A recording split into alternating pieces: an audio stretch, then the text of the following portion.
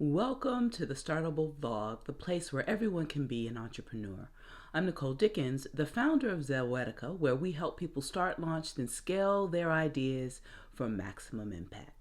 Now, the Startable community is all about igniting the entrepreneurial spirit by providing as many opportunities as possible for those who are at the early stages of entrepreneurship to discover, then launch their ideas into the world. And it will forever be free to join. Now, I've been saying I'm all about debunking myths around entrepreneurship, and so I'm going after what I consider the biggest one with this entry. And it's who actually gets to be an entrepreneur, who can be an entrepreneur. We are all familiar with the truths about the kinds of people who get funded via the venture capitalists, the VC industry. How your typical entrepreneurial communities, and I'm talking about things such as accelerators and incubators, are housed with entrepreneurs that typically meet a pattern. They're young males, with the majority of them being white, though people of color make a strong showing. I have to give them that.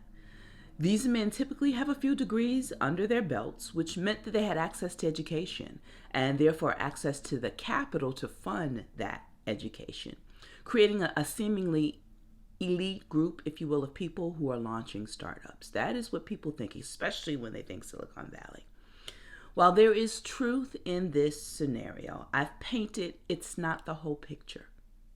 The landscape of entrepreneurship has changed significantly over the last decade, and I want to throw out a few statistics that explains it, or basically proves that the landscape looks very different than what I just described.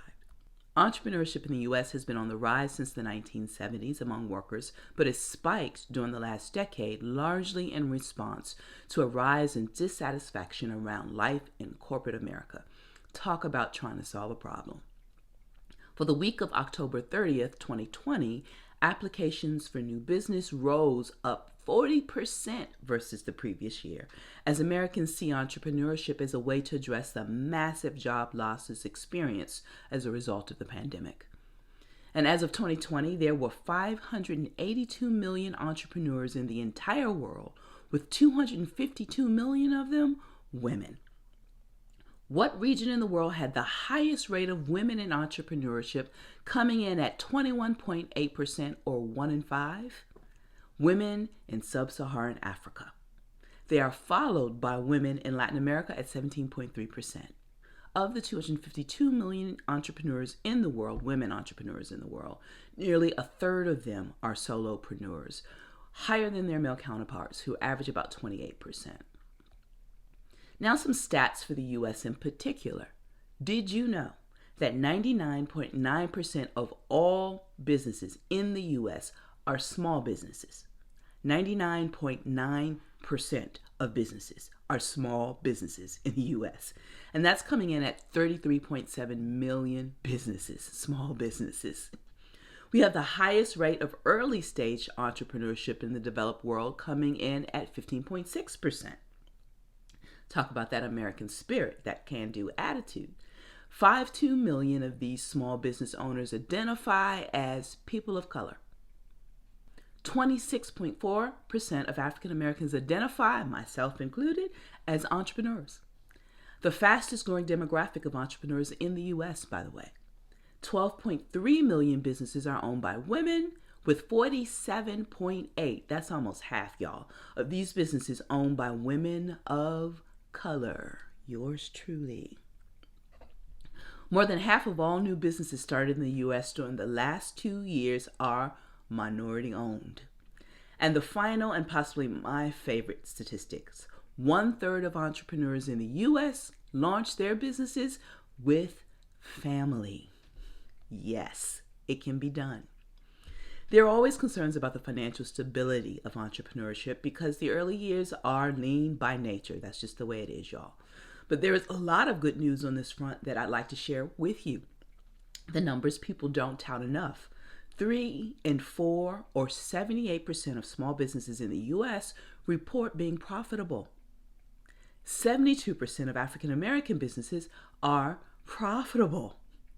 Another one of my favorite statistics, of all the wealthiest people in the world, meaning they have a net worth of 30 million or more, 67.7% of them, 2/3, are self-made, or they accrued their wealth on their own with some sort of business. There were no trust funds involved here. So there's a lot of very good news for choosing the entrepreneurial path. What things are you believing about entrepreneurship that may be just flat out lies, y'all? Where can doing a little bit of Googling help you figure out if your closely held beliefs about entrepreneurship are even true? How can you leverage some of the stats I just shared to help you launch your own business? Get that idea of yours off the ground finally. There's a groundswell happening with regards to entrepreneurship in these times right now, especially under this current administration in the U.S. Will you take the challenge?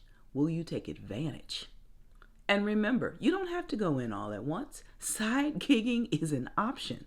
Keep that day job while you prove out the model and efficacy of your idea. It's perfectly okay, doable, normal. Many people do it. So, until next time, go out there and get something done.